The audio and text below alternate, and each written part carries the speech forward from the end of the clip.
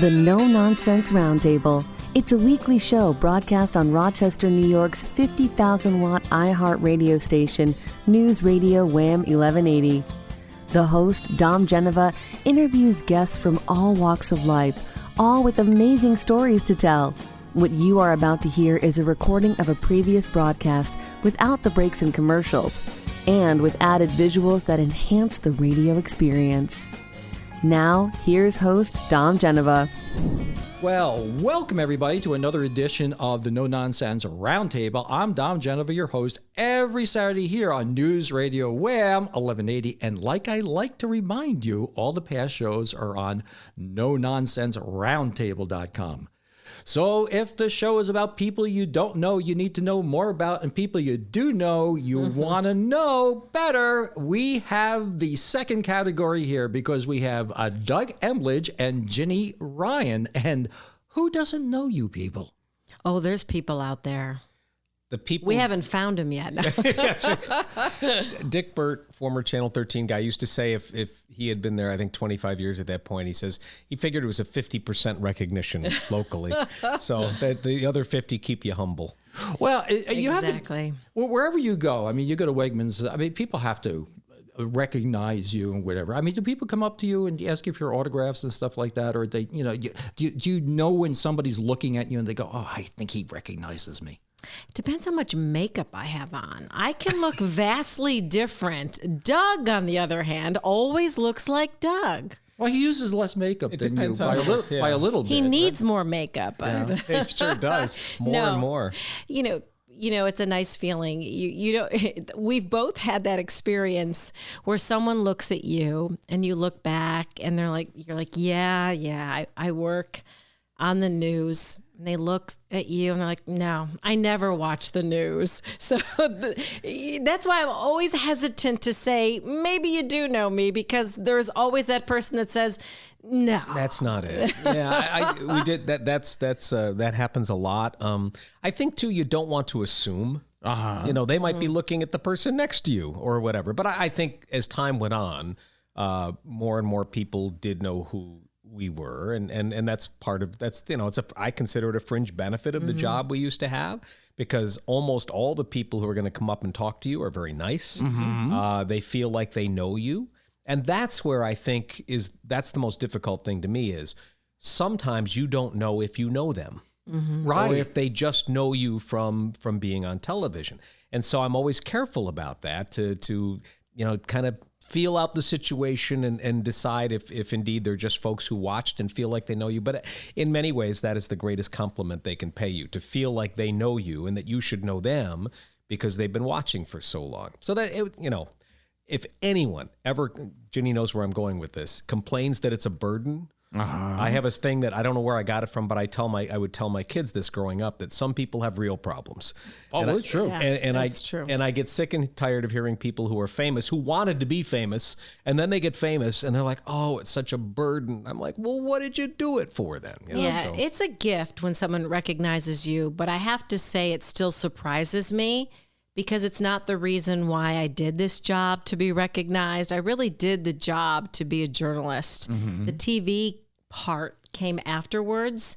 And that's why I think it still surprises me, because I didn't ever think that I'm on TV. I didn't go out of my house thinking, oh, who's going to recognize me? Or, people are going to recognize me. It was just something that came about because we chose a job that enabled us to be on TV, not because we chose to be on TV. See, I chose to be on TV because I wanted to be famous. And I think the thing true, what rings true in what Ginny just said for me too, is that the job is 95% preparation for the show business part of it, right? I mean, we spend our entire day, or would, preparing to be on the news. And then the easier, and I think fun part, it was all fun in its own way.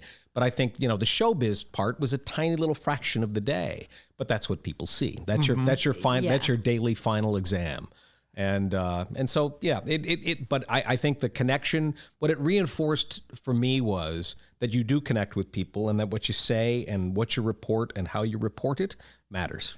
You were saying before about people who are famous and kind of resent the fact that they're getting recognized and whatever. But there's a couple of people. There's a Harry and Meghan, somebody or other. Are you comparing us to the royal? Let's not go down that road.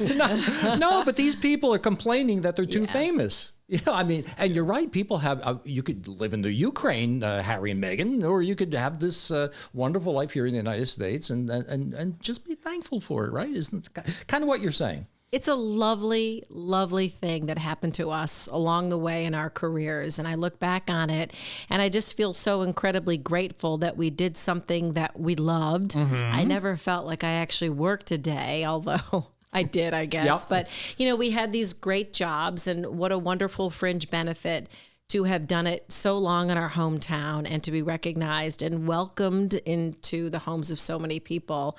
And we also had the luxury of being on a station that had a great following. Yeah. And that was another part of, I think, of the recognition that, for sure. you know, I wrote some really fine coattails along the way. The way was paved for us in a lot of ways, Yeah. and I hope we continued it and continued the tradition there. But the thing that really rings true for me is the fact that in the last few months since we left, maybe more than ever, the impact of our jobs on people became apparent.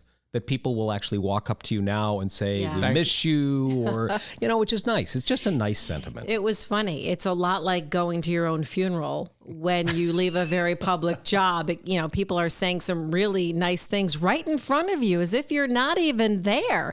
On the night that Channel 13 had a little going away party for us, we walked into the restaurant and there were two signs. One said retirement party, that away, and the other said celebration of life, that away. And right. for Oh a my God. moment, I thought, I don't know. I feel like I should be us? going to that celebration of life, because the last few weeks, like I said, have felt like you were at your own funeral. Well, tell me about this is a question I normally ask couples, but tell me about the first time you met. It would, well, You know, it was a- I it was- didn't know that was going to be a gotcha Well, question. I mean, it was a gradual thing. We were in the same newsroom, but we didn't really work together initially. Doug was in sports and I was in news. I had started in news and gone to sports for 3 years, from 86 to 89. Jenny started in 87. In 1987, and her first job, I think, was mornings, right? Or close No, to my first job was weekend Weekends? reporter. Weekend yeah. reporter. And you were Nights. doing nights. nights, yeah. and I was, probably to her out of sight, out of mind, because I was doing sports. I wasn't in news at the time. And I was just a lowly weekend reporter, and he was a big sports anchor. Yeah, right. So I too had been the weekend reporter not too long before. So who that. paired you up? Where'd the recipe come from that this went with this? Around the 5 o'clock news, I came back from sports because they asked me to because they were starting a 5 o'clock news. It was just a half hour at the time, 5 to 5:30, and I did it with another co-anchor for the first year or so, and then Ginny came on board. And when Ginny came on board, is that when they made it an hour, or was it after that? It was right after that. Yeah, then they made yes. it an hour. And, we didn't know if it was going to succeed or fail, because the formula up till then had been half hour at 6, half hour at 11. They were so worried that the 5 o'clock news would take away from the 6 o'clock news. But in actuality, the 6 o'clock news did better in the ratings after the 5 o'clock news came along. So that was a relief, because had that happened, we probably wouldn't be here right now in this moment. And think about it. We did an hour. When Ginny and I started, we were doing an hour of news a day, and now they do 7.5. Yeah. Yeah, and the news was when we told you the news was. Now the news is all the time. Just pick up your phone. Right after the break, we'll have to pick up on that, because the news business has changed an awful lot in the time that you've been in the news business. And Sure is. It's That's probably 5 hours of show right there. It's stunning when you think about where the news was when we started. I think it's probably the biggest changes that have evolved in the news business in the last 35 years, and we were a part of it. Yeah, for sure. Right. I was reading a book about Walter Cronkite, and they said back in the day they had 15 minutes of news because they didn't think they could fill any more than 15 minutes. Yeah. A little strange, right? Yeah, that turned out not to be true. Yeah, and turned out not to be true. Okay, we're going to be talking about this and other things when we get back. Well, we're back talking to Doug Emblidge and Ginny Ryan. We're talking about the news business, and it's been 32 years, has it been, that you've been in the... Ginny was started in 87, so what's that? So it was 35 years, and you were 39. Doug's older than I am. Yeah, I'm much older. And nothing has changed since Oh then. my goodness. Nothing has changed. Right. It's all dramatic. It's all the same. Yeah. In some ways you wish that wasn't true, but in other ways you're glad things did change, right? I mean, I think the biggest changes. So when I started in television was 1982 at Channel 8. I was there for a year. Mm-hmm. And we were shooting on videotape. Film was still an entity that they used for some things, but I didn't have to go through that. We were shooting on videotape with very bulky cameras and bulky decks that the photographers had to carry. A live shot required, this was all new technology, getting a truck out to the scene of something with a microwave signal that could hit your tower. Mm-hmm. So you couldn't do shots from anywhere. Fast forward to computers, very lightweight cameras. There are some news organizations that shoot everything on iPhones, and the ability to, with a backpack that has cell phone technology, go live from essentially anywhere in the world that has a cell phone signal. Mm-hmm. That's a big change. So when I started, to expand on that, I started on a typewriter in a newsroom in Elmira, New York, that was in a garage, and the typewriter had to have carbon paper, 2 pieces of paper with carbon paper in between in order to have one copy for the teleprompter. Yep. And the typewriter I started on happened to be missing the W. And which had to be written into all the copy. W, you don't realize how much you use a W. Especially when you work at a TV station's WENY. Exactly, it was ENY, which was appropriate for it. So then we would have to find out what was happening in the news. We would go to a ticker, an Associated Press ticker, and we would rip the stories off and put them on a peg. And that was the only way we really knew what was going on in the world. And today, it's right at our fingertips, which is a wonderful thing and also a frightening thing. It's easier to do news in many ways, and it's harder to do news in many ways, because the demand on reporters today is like they've never faced in the history of journalism, because there are so many sources to feed, right? Right. When we started, the news was when we told you the news was at 6 and 11 o'clock. And now reporters who go out often shoot their own video. They drive themselves to their own story. Sometimes they do their own live shots. They come back, they log their story, they edit their story, and they're back out.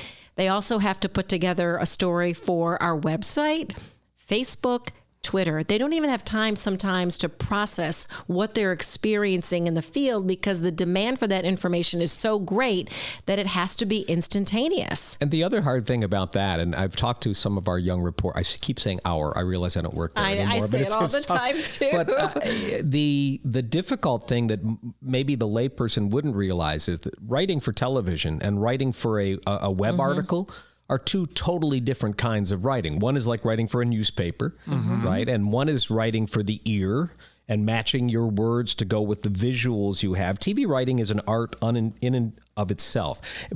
So what they have to do is switch brains at the end of their day. They've been working all day on a story or 5 stories, and they've written TV versions of the story, and then they have to write a web article about that same story. Meantime, you're also on Twitter, where you have to do it. I don't know what the character limit is now. 144 or whatever. But it's really a demanding job, and sadly, I think it makes it harder to do it well. Not saying that there aren't people who do it well, but it's harder to do it well. Yeah, the news is coming at them so fast, they don't have time to process it. And the demands on them from the newsroom are great. Every hour there's something going on. And, when we started, we had a 2-person crew. We went out with a photographer, and we were able to talk about what we wanted, what our goals were for that story. And that was really important to me as a young reporter, because the photographers I worked with were journalists. We could focus on quality a little more. We could talk about, it was such a thing. We would sit at the end of every day and watch what we did and what everybody else did. And we kind of did a post-mortem on our newscast, and we watched how other reporters had handled the same story. We compared who had the best pictures. And it's not just an impact, this technology change. It's not just on the reporters and the people who bring in the news.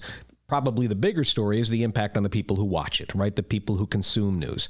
And I think especially about young people now who are inundated with what looks to be news from all kinds of places. Social media, Facebook. Was that your next question? No. I'm saying no. You're going down a great path. Keep on going. Well, I mean, Entertainment Tonight looks like the McNeil Lehrer report, and some. Well, that's a bad example, but it looks the graphics, a lot of things look like news now, and social media has made everyone a journalist. Right. Yeah, everyone's citizen a journalist. journalists are a big part of the news today. But that also brings its own set of challenges, right? Where did you get the news? Is it verifiable?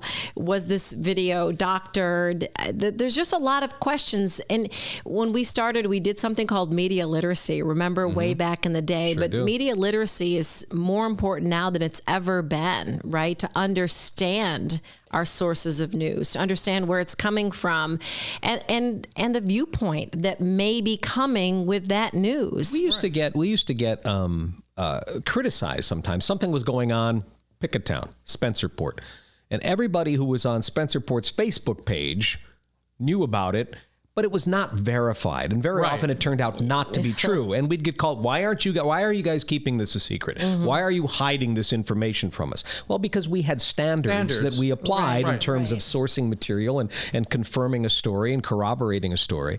And so we were up against a competitor that had an unfair advantage, but at the same time was at a huge disadvantage because they weren't playing by rules that made sense for journalism. Right. The need for speed is so great now that people don't stop to verify, that you put it out and you think just because you've seen it, it's true. Right. And that's not the case all the time. Right. I was station manager of a radio station at St. Bonaventure, and I had a lot of my friends that were in journalism. Yeah. And they always made an impression on me that they had certain standards that they had to adhere to no matter what. All the news that's fit to print meant fit to print. And that's what you're talking about. So a degradation in quality because of the need for... There's just so many. I mean, there's a whole volume of books to be written about this, but I think if you think the impact of 24/7 cable news has been huge. The impact of social media has been just as big. And I think those would be the two things I would point to, and the technology changes. The fact that it's now possible to go live as soon as you show up at a scene is a blessing if you're trying to get if you're trying to get important information about a weather event or a traffic jam or something like that. That's great. But on the other hand, you don't have time, what Ginny said, to process it and to make sure it's all right. Right. And is it okay to show all of that on TV? I mean, that comes with great risk and responsibility to go live from a scene. I mean, you don't know what's coming at you. There's something to be said for being able to take video, review it, and edit it. I mean, that's a lot for someone to take in. And there's trauma associated with some things on TV. And I think real quickly, the thing that you just hit on is ethics. We had deep academic ethical discussions in the newsroom, even up till when we left. Oh, for sure. A lot of thought. And some of the... that just doesn't happen on social media, for the most part. And that's important. Right. Oh, people want... It's everything. Yeah, people want clicks more than they want anything else. Yeah. That's what it boils down to. Clicks over accuracy, no? Yeah, and they want to be out there. They want to be first with it, right? I want to be telling you first. Yeah. Well, as luck would have it, that news discussion leads us into the news break, which we'll have, and we'll come right after that. Well, you're listening to the No Nonsense Roundtable. Welcome back. I'm Dom Genova, your host every Saturday here on News Radio WHAM 1180, here with Doug Emblidge and Ginny Ryan. And we're talking about the news business all told and how it's changed over the years and standards have changed and outlets have changed. Well, the way I look at it, like a marketing guy, though, is when I'm looking at TV news in particular, they all have a brand with a certain tilt to it. And some of them more than others. Some of them are a little more entertaining, especially the morning shows, a little more entertaining, a little less entertaining or whatever.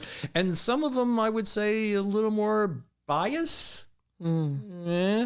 I mean, I think You're not in the business anymore, so you don't have to worry about No, I ticking know. people off. I mean, we strive to be as objective as we could be. I mean, but we're humans, right? That's going to seep in at some point in our storytelling, some level of subjectivity. I would take 24/7 cable out of the conversation because I think that's a clearer argument that people can say one way or another. I used to feel that we got an almost equal reaction from both sides, perceiving a bias from the other side. There were people who perceived, and not necessarily us or a story we did.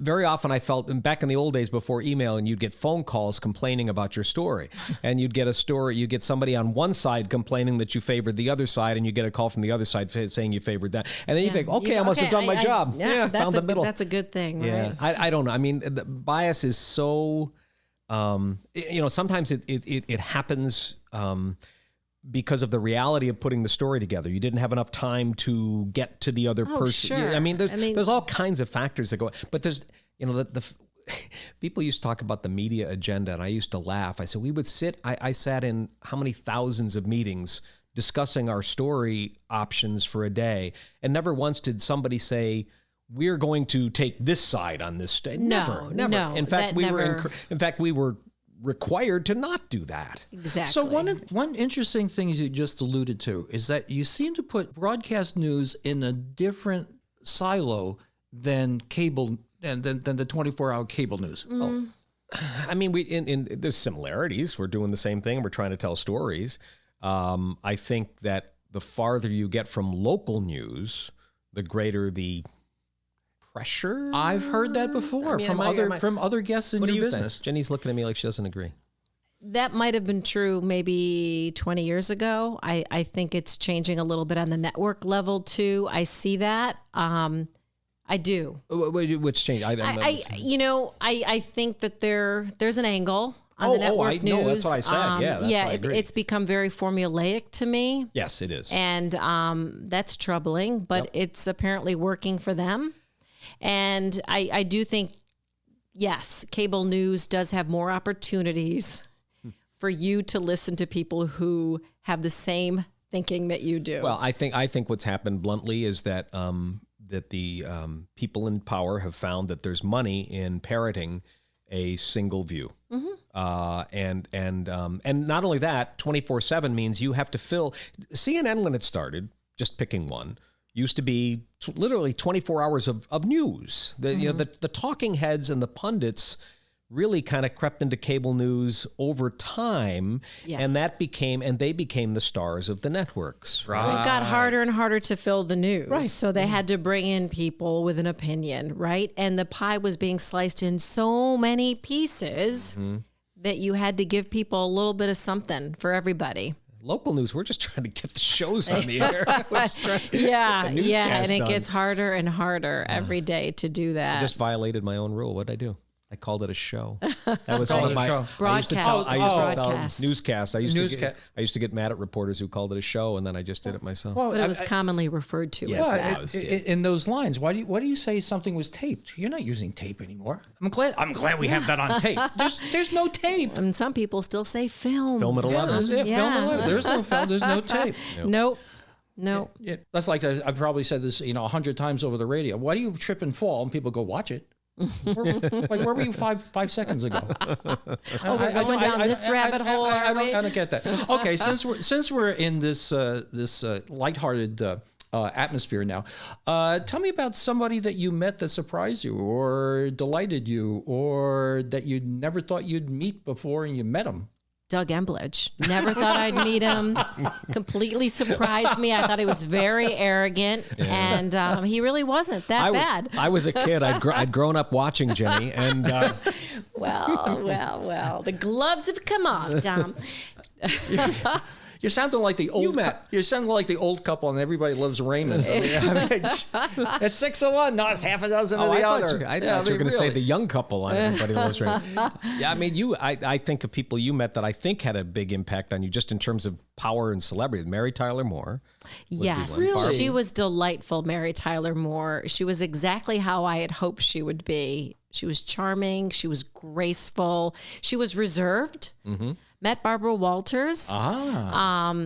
She was difficult. Really? She was difficult. She had a viewpoint that she wanted to share. She was very particular about her lighting, which I respect. And I just got the sense that she really didn't want to sit down with me. You know, it was a courtesy interview because we were the ABC affiliate in Rochester and she worked for ABC News. And there are a lot of demands on her time. And really, frankly, there wasn't anything Ginny Ryan was going to ask her that she hadn't been asked before. It was probably all rather tiring to her after a long day.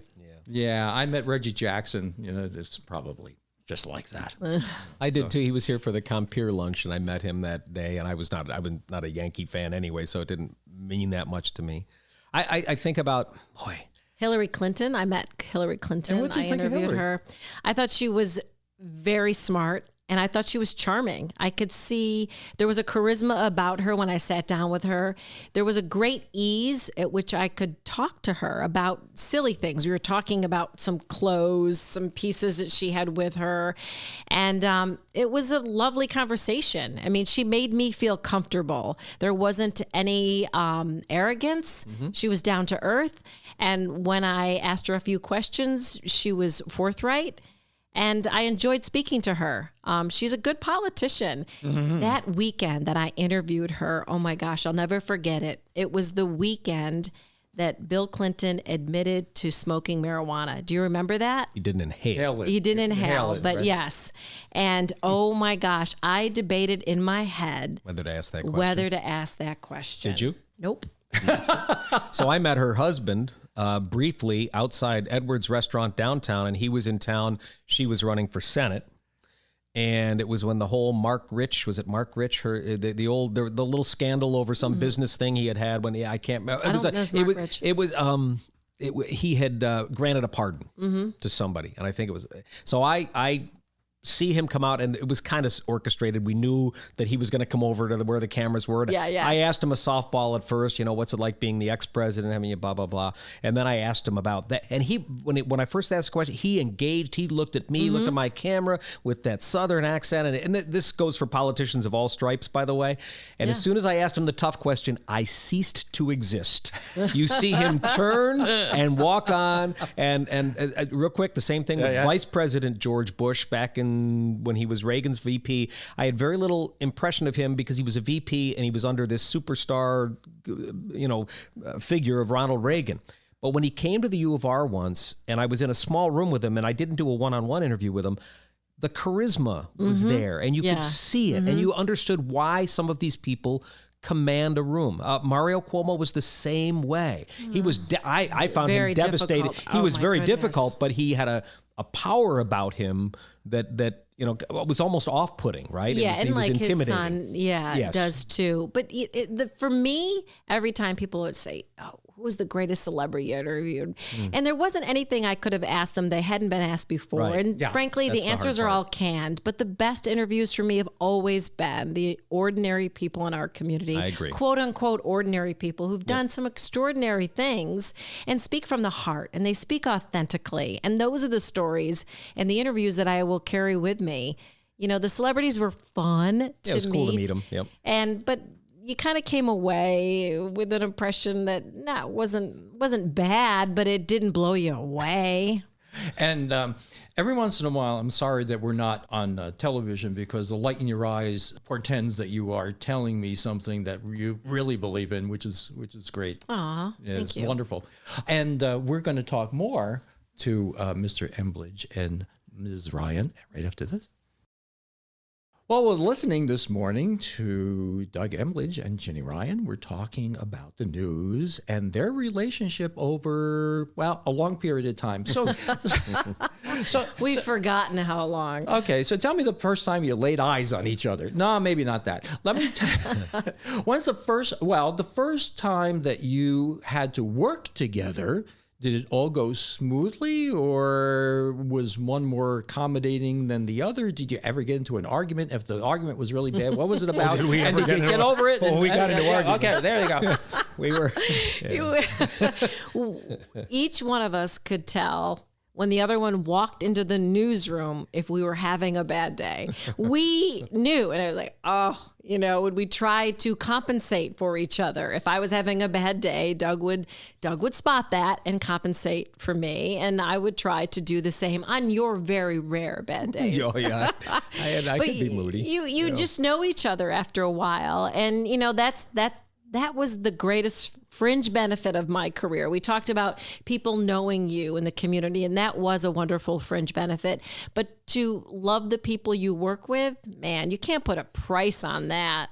When I got mad at Ginny and newsrooms are intense places, and you're under deadline pressure every day, right? Maybe 3-4 times a day. When I got mad at Ginny, I've realized this over the years. It's usually because she was right. Oh, right? Because here's the thing. The Beatles. He's the being Beatles. really kind. The Beatles were a great band, not because any one individual. They were all very talented in their own ways, right? But it was the combination of those 4 people at the right time, right? I'm not comparing Ginny and I to the Beatles. Well, I guess I am, but I don't mean to. But what she does well. She does a lot of things well that I don't do well, and I do a few things well that maybe were not her thing. We were a good yin and yang, and when I got mad at you, it was that one time you were right, I think. No, truly. You were mad at him for being right? That one time that he was right. The one time. Oh, okay. No, but it was the same thing. If I was mad at you, we disagreed editorially about things, and that was okay because that's a really good balance, right? And we're never going to see eye to eye. But we had good discussions about what we should do, and they were healthy discussions. Yeah. And at some point, we always found a way to compromise and accommodate each other's viewpoint. Okay. So here's a gotcha question for you. Okay, what is the other person's pet peeve? You first. What is Doug's pet peeve? About her? No. His pet peeve. Gosh, there's so many grammatical pet peeves that you have. He never likes anyone to use the word unique because that means only one. And there's very few things that are only one. Unique is one of your pet peeves. Is that not true? Yeah, somebody told me it once that unique is overused. Anything I say that sounds at all wise, I stole from somebody else. That's not maybe the pet peeve you have, but it's one of them. Yeah, cliches and things like that used to drive me crazy. And it goes back to when I was first in TV news at Channel 13, and the boss I had was a bit of a taskmaster, and I would walk up with my carbon paper scripts, and he would, and I would have used the word officials, and he'd say, officials? What's an official? I said, the people in charge. He goes, well, why don't you say the people in charge, or say the mayor, or say the police chief? Don't say officials. I said, okay. And then he'd get to residents, and he'd say, resident? What's a resident? Well, the people who live in the neighborhood. Well, why don't you just say the people who live in the neighborhood? And then I would use the word funding, and he'd say, funding? What's funding? And I'd say, well, it's money. He goes, well, why don't you say money? And then he'd have crossed out all the scripts, and he'd send it back. So that would be it was a pet peeve because someone had taught it to me, and it wasn't so much a peeve as I think writing was the building block, a key building block of putting a good newscast together. You wanted to be conversational, and his pet peeves became mine. Okay, what was her pet? No, we would take them on. And if you weren't there, I would share that with people. And I think that was likewise. We tried to, if one of us was not there, to act in your best interest in your absence. And, all right, so I'm going to go with her pet peeve. And I think it was, I want to make sure this sounds correct because it's absolutely true. Ginny had very high standards in the newsroom for herself. And when the perception was that other people, well, I think it's true. I know and I think where he's going. I think it's when uncomfortable. But when other people didn't, you didn't tolerate laziness or doing the job halfway from other people.